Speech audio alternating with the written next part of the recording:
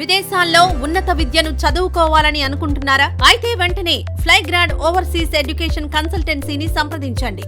మీ విదేశీ కలలను సాకారం చేసుకోండి. ఫ్లైగ్రాడ్. నమస్తే.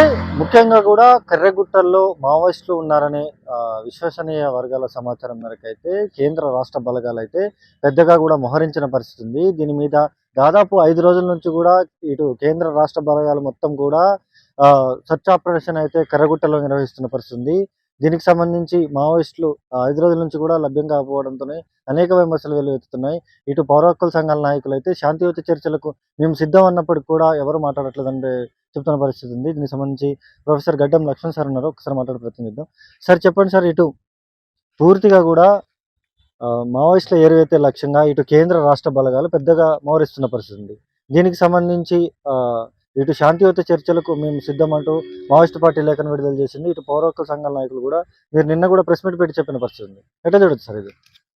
అదే పౌర హక్కుల సంఘం గత 51 సంవత్సరాలుగా డిమాండ్ చేస్తున్నది ఈ పాలకులను ఏంటి అంటే, మీరు చట్టబద్ధ పాలన చేయండి, రాజ్యాంగపు స్పిరిట్ను దాని విలువలను కాపాడండి అని మొట్టమొదటి చెప్తున్నాం. పాలకులు ఎంత నిర్బంధంలో ఎంత ఎదిగిపోయారంటే ఒక ఫాసిస్టు స్టేజ్కి చేరుకున్న తరుణం మనం గమనిస్తూ ఉన్నాం. కనుక వాళ్లకు రాజ్యాంగం అంటే విశ్వాసం ఉండదు, చట్టాలంటే విశ్వాసం ఉండదు, ఏమీ ఉండదు. అన్నిటినీ బలాదూరు, వాటన్నిటినీ బేఖాతరు చేసి ఇక వాళ్ళ ఇష్టారీతిగా పరిపాలన చేస్తాను అని, ఇది ప్రజాస్వామ్యం అని చెప్పదలుచుకున్నారు. అయితే బలగాలను మోహరించి ఇప్పటికీ దాదాపుగా 6 రోజులు అవుతున్న ఈ 6 రోజులుగా ఇప్పుడే మనకు సమాచారం అందుతుంది. వాళ్ళు అక్కడి నుంచి కదులుతున్నట్టు కూడా మీ మీడియా వాళ్ళ ద్వారా మనకు ఇది ఒకటి మాట. గత 6 రోజుల నుంచి వేలాది బలగాలు, ఓ లెక్క 40,000 అంటున్నారు, ఒక లెక్క 10,000 బలగాలను అక్కడ మోహరించి మళ్ళీ అక్కడ అందరూ వెళ్ళిపోయారు. నిన్నటి పేపర్ న్యూస్ ప్రకారంగా సొరంగం ద్వారా వెళ్ళిపోయారు, వాళ్ళని మేము పట్టుకోలేకపోయాం, బలగాల కళ్ళు గప్పి వెళ్ళిపోయారని చెబుతూ ఇప్పుడు వాళ్ళు వెనక్కి తిరిగే ప్రయత్నంలో ఉన్నట్టుగా మీ ద్వారా సమాచారం అందుతుంది. అయితే ఎంత ప్రజాధనాన్ని వృధా చేసిండ్రు. ఒక 6 రోజులుగా వేలాది మంది సిఆర్పిఎఫ్ బలగాలను మోహరించి మొత్తం ప్రజానీకాన్ని, అక్కడ నివసించే దగ్గర ఊర్లలో నివసించే ప్రజలను, అక్కడ నివసించే అడవిలో నివసించే ఆదివాసీలను భయభ్రాంతులకు గురి చేసి మీరు ఇళ్లకు బయటి రావద్దు అని వాళ్ళని ఇళ్లకు మాత్రమే పరిమితం చేసేసి ఆ మారణ హోమానికి ఏదైతే పూనుకున్నారో ఆ మారణ హోమంలో ఎంతో కన్ఫ్యూజన్ చేస్తారు ప్రజలను.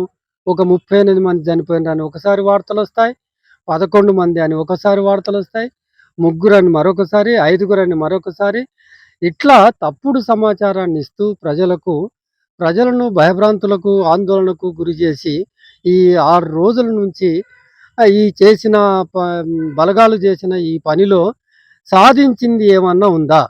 నిజానికి అక్కడ ఎండలో కింది నుంచి పైనుంచి ఆ ఎండలో ఎంతోమంది బలగాలు సైతం డిహైడ్రేషన్కు గురి కావటం, ఎండ తీవ్రతకు గురి కావటం, వాళ్ళు కూడా హాస్పిటల్ పాలవ్వటం, ఇదంతా దేనికోసము? ఆ బలగాలు అక్కడ ఉండటమనేది, ఆ కర్రెగుట్ట మీద వందలాది మావోయిస్టు దళాలు ఉన్నాయని నీకు సమాచారం వస్తే, నిజానికి ఒక చోట ఒక నిందితుడు అనే వాళ్ళు ఒక చోట ఉన్నారు అనుకుంటే చంపడం కోసం పోవచ్చా ఈ ప్రజాస్వామిక వ్యవస్థలో? నువ్వు అక్కడికి ఎందుకు పోయినావు? కేవలం చంపటం కోసమే పోతున్నాం. మీడియా ద్వారా విజువల్స్లో ఏం కనబడుతుంది? ఏకపక్ష దాడి చేస్తున్నారు. దీన్ని యుద్ధం అనడానికి కూడా లేదు. 2 వైపులనన్నా ఏమైనా కాల్పులు జరిపితే యుద్ధ పరిభాషలో ఉపయోగిస్తావేమో. మనం చూస్తున్నది ఏంటి? ఏకపక్షంగా దాడులు, స్మోకు, భయంకరమైన అరుపులు, కేకలు, భీతావహమైన వాతావరణం సృష్టించి అక్కడ మొత్తం వీళ్ళ చేతిలోకి తీసుకొని ఏకపక్ష దాడి చేసి ఇంతమంది చనిపోయిందని లెక్కలు గణాంకాలు కడితే చివరికి తేల్చిందేంటి?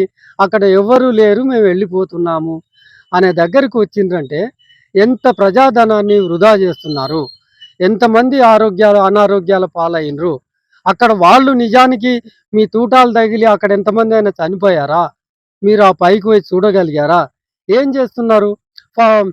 ఫార్వర్డ్ బేస్ ఒకటి ఏర్పాటు చేస్తామని అంటున్నారు. ఎందుకట ప్రజాధనాన్ని వృధా చేసి ఆ ఫార్వర్డ్ బేస్లు ఎందుకు ఏర్పాటు చేస్తున్నారు? ఇప్పటికే ఛత్తీస్గఢ్ రాష్ట్రంలో 650 పైగా క్యాంపులు వెలిసి ఉన్నాయి. ఏం చేసుకోవటానికి ఈ క్యాంపులు? ప్రజలను ఉద్ధరించటానికి, ప్రజలను ఏమన్నా వాళ్ళ ఆకలి దూరం చేయటానికి, వాళ్ళ జీవన ప్రమాణాలు పెంచటానికి ఉపయోగపడుతున్నాయా ఆ క్యాంపులు?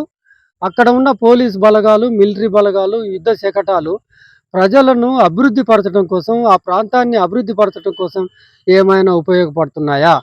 కేవలం అక్కడ ఆదివాసీలు ఉన్నారు, ఆదివాసీలను చంపాలి, ఆదివాసీలను తీసుకొచ్చి జైల్లో పెట్టాలి, న్యాయ వ్యవస్థ ముందు నిలబెట్టాలని కాదు, ఆదివాసీలను చంపాలి.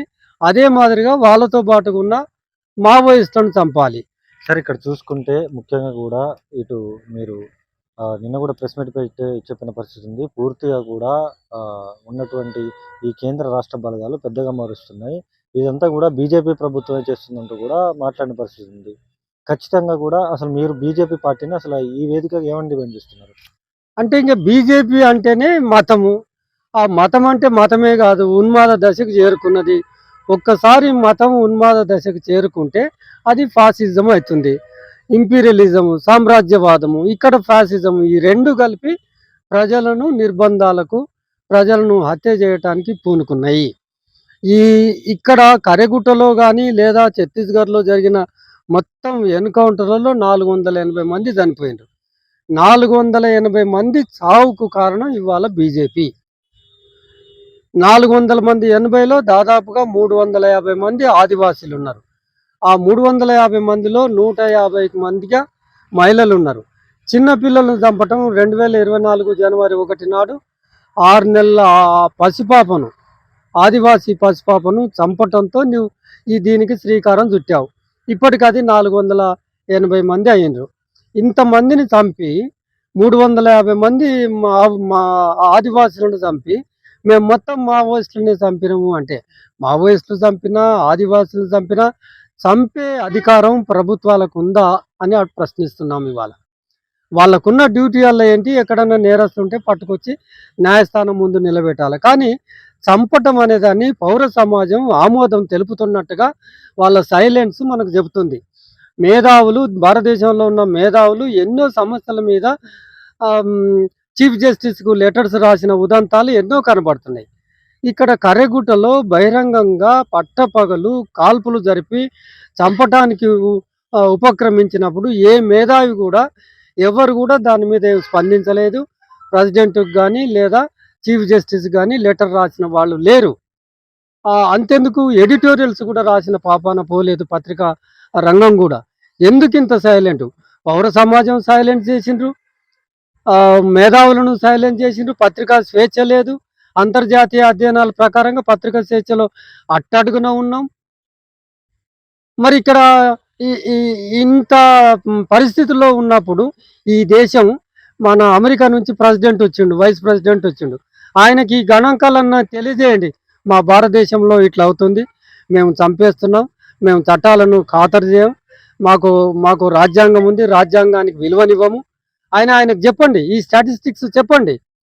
మన దేశానికి అధ్యక్షులుగా ఉన్న ద్రౌపది ముర్ము గారు జమ్మూ కాశ్మీర్లో టెర్రరిస్టులు కాల్పులు జరిపి 27 మంది చనిపోతే దాన్ని ఖండించిండ్రు. చాలా సంతోషం, ఆహ్వానించదగిందే.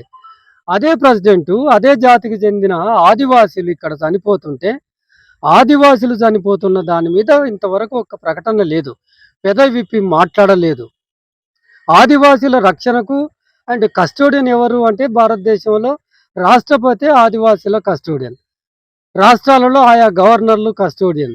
ఇంతమంది చనిపోతే ఆయా రాష్ట్రాల గవర్నర్లు మాట్లాడరు, ఆయా మన భారతదేశానికి ఉన్న ప్రధాన అధ్యక్షులు మాట్లాడరు, రాష్ట్రపతి మాట్లాడరు.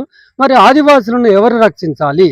ఈ బీజేపీకి, ఈ ఫాసిస్ట్ ప్రభుత్వానికి దళితులన్నా, గిరిజనులన్నా, క్రిస్టియన్స్ అన్నా, ముస్లిమ్స్ అన్నా, ఆదివాసీలన్నా, తర్వాత నక్సలైట్లన్నా, వాళ్ళకి సిద్ధాంతపరంగానే వీళ్ళు శత్రువులు. కనుక వరుస పెట్టి ముస్లిమ్స్ని చంపేస్తున్నారు, క్రిస్టియన్స్ని చంపేస్తున్నారు, ఇవాళ కమ్యూనిస్టులు చంపేస్తున్నారు. కేవలం ఒకే ఒక నెపంతో, చేతిలో ఆయుధం ఉంది, వాళ్ళు ఆయుధాలు పట్టుకున్నారు. చాలా మంది చర్చిస్తున్నారు కూడా ఇవాళ. వాళ్ళు ఆయుధాలు పట్టుకున్నారు కనుక నేరస్తులని. నేరస్తులు అయితే ఎంత నేరమో దానికి ఎంత శిక్ష వేయాలో అన్ని సెక్షన్లు అన్ని చట్టాలు ఉన్నాయి. ఆ చట్ట ప్రకారంగా చేయండి. కానీ క్యాపిటల్ పనిష్మెంట్ అనేది ఏంటి? 2023 ఛత్తీస్గఢ్లో రాష్ట్ర ఎలక్షన్స్ జరిగినప్పుడు మేము చర్చలకు సిద్ధమే అని ఒక ఒక ప్రకటన ప్రభుత్వం నుంచే వచ్చింది. దానికి స్పందించి మావోయిస్టులు 2 సార్లు లెటర్ రాసిండ్రు. చివరిగా మూడోసారి మార్చిలో రాసిన లెటర్కు స్పందనగా ఇప్పటి వరకు చర్చలకు ముందుకు రాలేదు. ఇప్పటికైనా ఆ కర్రెగుట్టలో మిగిలి ఉంటే ఎక్కడైనా ఆ ఆ మొత్తం బలగాలను ఉపసంహరించాలి. బలగాలను ఉపసంహరించి అక్కడ ఉన్న ప్రజలకు ఒక భరోసా ఇవ్వాలి. ఒక శాంతియుతమైన జీవనం మీరు గడపొచ్చు. ఇది ప్రజాస్వామిక దేశము. మేము ప్రజాస్వామ్యానికి కట్టుబడి ఉన్నాం. మానవ హక్కుల ఉల్లంఘన ప్రమాదంలో పడింది ఈ ప్రజాస్వామ్యంలో. వాళ్ళకు ఒక భరోసా ఇవ్వండి. మీరు క్షేమంగా సంతోషంగా బ్రతకొచ్చు. మేము ఇక్కడ రాము అని పోలీసులు బూట్ల చప్పుడు ఉండమని చెప్పండి. చెప్పి అక్కడి నుంచి ఉపసంహరించి కాల్పుల విరమణ ప్రకటించి చర్చలకు రండి. శాంతి కదా కావాల్సింది. ప్రజాస్వామిక వ్యవస్థలో శాంతిని నెలకొల్పాలి. ప్రజాస్వామ్య వ్యవస్థలో హింసకు తావులేదు అని మీరే చెప్తుంటారు. హింసకు తావులేదు. నక్సలైట్లకు ప్రజాస్వామ్యం మీద నమ్మకం లేదు అంటారు. మరి మీ నమ్మకం ఏది? ప్రజాస్వామ్యం మీద నమ్మకం లేదు, వాళ్ళు హింసావాదులు అంటారు. మరి మీరే కదా మొదట హింస పెట్టింది. ఇప్పుడు కర్రెగుట్ట ఒకటే రుజువు. కర్రెగుట్టలో అందరూ చూస్తుండగా, విజువల్స్ టీవీలలో చూస్తుండగా కాల్పులకు శ్రీకారం చుట్టింది ఎవరు? ఎప్పుడు కానీ చరిత్రలో రాజ్యమే హింసకు పూనుకుంటుంది. ఆ హింసను ఎదుర్కోవటం కోసం పౌరులకు అన్ని హక్కులు ఉంటాయి. రాజ్యాంగ పరంగా నువ్వు ఈ రకంగానే పోరాటం చేయాలి, రాజ్యం పెట్టిన హద్దులోనే నీ ఉద్యమాలు ఉండాలని ఎక్కడ ఉండదు. ఎవరికి తోచిన రీతిలో ఏ రీతిలోనైనా సరే, అది చివరికి సాయుధ రూపంలోనైనా సరే ప్రజలకు పూర్తి హక్కులు ఉన్నాయి. నువ్వు రాజ్యాంగ పరంగా వచ్చినావు, చట్టపరంగా ప్రవర్తించాలి, రాజ్యాంగ ప్రవర్తించాలి. నీకు అధికారం లేదు. తుపాకీ ఉన్నంత మాత్రాన, అంగబలం ఉన్నంత మాత్రాన, ఆయుధ సామాగ్రి ఉన్నంత మాత్రాన నీవు ప్రజల మీద యుద్ధం చేయటానికి లేదు. ఆ ప్రజలు తుపాకీ పట్టిన ప్రజలైనా కానీ ప్రజల మీద యుద్ధం చేయటానికి లేదు. నీకున్న అధికారం చట్టం ఏమిచ్చింది, రాజ్యాంగం ఏమిచ్చింది నీకు? అలాంటి నేరస్తులను పట్టుకొచ్చి న్యాయ వ్యవస్థ ముందు నిలబెట్టాలి. నీవే నేరస్తుడు అంటావు, నీవే నేరస్తుడని ముద్ర వేస్తావు, నీవే పట్టుకుంటావు. విచారణ లేదు, ఏం లేదు. నువ్వే క్యాపిటల్ పనిష్మెంట్ అంటే మధ్యయుగాల నాటి కాలంలో ఉన్నామా, ఆధునిక యుగంలో ఉన్నామా? ఆ జేడి వ్యాన్స్కు ఈ విషయాలని చెప్పండి, మీరు చూద్దాం ఏం చెప్తారో. తప్పుదోవ పట్టిస్తున్నారు దేశాన్ని అంతటా. అక్కడేదో టెర్రరిస్టు దాడి చేశారట. ఇప్పుడు ప్రజల మొత్తం దృష్టి అంతా పాకిస్తాన్ మీద యుద్ధం చేయడానికి మరల్చడానికి మాత్రమే. మీకు ఎప్పుడు ఒక విలన్ ఉండాలి. బీజేపీ ప్రభుత్వానికి ఎప్పుడు ఒక విలన్ ఉండాలి. ఒకసారి శ్రీలంకను చూపిస్తాడు, ఒకసారి బంగ్లాదేశ్ చూపిస్తాడు, నిరంతరం పాకిస్తాన్ చూపిస్తాడు, అంతర్గతంగా మావోయిస్ట్ పార్టీని చూపిస్తాడు. ఆ విలను చూపి దాన్ని రాజకీయంగా ఓట్ల మూటలు కట్టుకొని మీరు అధికారాన్ని సుస్థిరం చేసుకునే ప్రయత్నాలు తప్ప ప్రజల మధ్యలో ఉన్న ఆర్థిక అసమానతలు తొలగించడానికి కానీ, ప్రజలు అల్లల్లాడిపోతున్న దరిద్రం నుంచి విముక్తి చేయించటానికి కానీ, ప్రజల పేదరికం నుంచి విముక్తి చేయటం కానీ, మావోయిస్టు విముక్త భారత్ అంటావు. అదే కాదు కావాల్సింది. ఎవడు కోరుకున్నాడు మావోయిస్టు విముక్త భారత్ అని? ప్రజలు ఎక్కడన్నా కోరుకున్నారా? ఈ ఈ అసమానతల విముక్తి అనండి, పేదరిక విముక్తి అనండి, దరిద్ర విముక్తి అనండి, ఆ జెండర్ లింగ వివక్ష లేకుండా చేయండి, సమానం అనండి, ఈ విముక్త భారత్ అనండి. మావోయిస్టు విముక్తం చేస్తామంటారు. అలా మీరు అంతకుముందే కాంగ్రెస్ విముక్తి అన్నారు, ఇప్పుడు మావోయిస్టు విముక్తి అన్నాడు. ఈ విముక్తాలు కావాలా?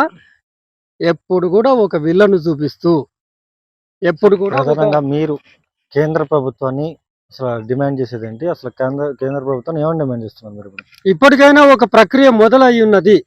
స్పష్టంగా చెప్తున్నాం. ఒక యుద్ధ వాతావరణం, ఒక ఘర్షణలు ఉత్కృష్ట స్థాయికి చేరుకున్న సందర్భంలో ఇవాళ ఉక్రెయిన్, రష్యా కూడా చర్చలకు సిద్ధం అంటున్నారు. పాలస్తీనా, ఇజ్రాయెల్ కూడా చర్చలకు శాంతి నెలకొల్పడానికి ముందుకు వస్తున్నారు.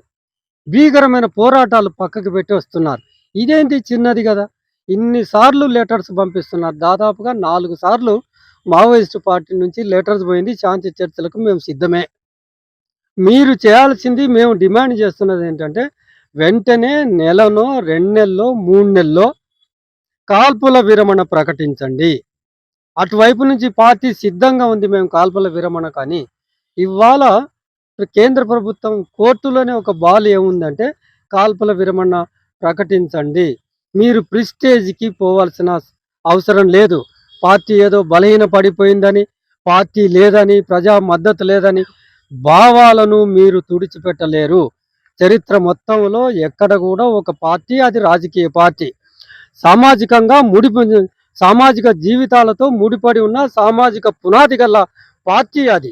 ఆ పార్టీని తుడిచిపెట్టడము, భౌతికంగా నువ్వు విజయం అవుతామేమో కానీ ప్రజల గుండెల్లో నిరంతరంగా గూడు కట్టుకుపోయిన భావాలు ఉన్నాయి. ఆ భావాలను ఏదో రూపంలో పెళ్ళుపుకుతాయి. మీరు ఎప్పుడు అవి తీసేయలేరు. ఆ భ్రమలకు వెళ్లకుండా, బలహీనపడిందనే భావనలోకి పోకుండా మీరు భారత ప్రభుత్వం కాల్పుల విరమణ ప్రకటించి, మీరు ఒప్పుకున్న ప్రకారంగానే చర్చలకు వస్తామని సిద్ధమైన ప్రకారంగానే మావోయిస్ట్ పార్టీ చేత చర్చలు జరిపి సమాజంలో శాంతి నెలకొంటట్టుగా, సమాజంలో హింస లేకుండా చూడాల్సిన చట్టపరమైన, రాజ్యాంగపరమైన బాధ్యత ఛత్తీస్గఢ్ రాష్ట్ర ప్రభుత్వం మీద, కేంద్ర ప్రభుత్వం మీద ఉంది. ఒకవేళ ఈ కరెగుట్ట ప్రాంతం మన తెలంగాణలోకి వచ్చింది కనుక, తెలంగాణలో ఉంది కనుక కర్రెగుట్టలో జరిగే మానవ హక్కుల ఉల్లంఘనకు, ప్రాణ నష్టం కనుక కొనసాగితే చెప్పలేము. ఇప్పుడు వస్తున్న వార్తలు దానికి తెలంగాణ ప్రభుత్వం, ముఖ్యంగా రేవంత్ రెడ్డి బాధ్యత వహించాల్సి ఉంటుంది. అంటే చూసుకోవచ్చు, శాంతియుత చర్చలకు మేము సిద్ధం అంటూ కూడా మావోయిస్ట్ పార్టీ లేఖను విడుదల చేసిన పరిస్థితుల్లోనే ఇక్కడ మాత్రం ఖచ్చితంగా కూడా గన్స్ డౌన్ చేయాలంటూ కూడా ఇక్కడ పౌర హక్కుల సంఘాల నాయకులు అయితే డిమాండ్ చేస్తున్న పరిస్థితి అయితే ఇక్కడ నెలకొంది. ఈ ఇక్కడ పరిస్థితి. కెమెరా పర్సన్ మధుతో సన్నీ, కాలేజీ టీవీ, వరంగల్.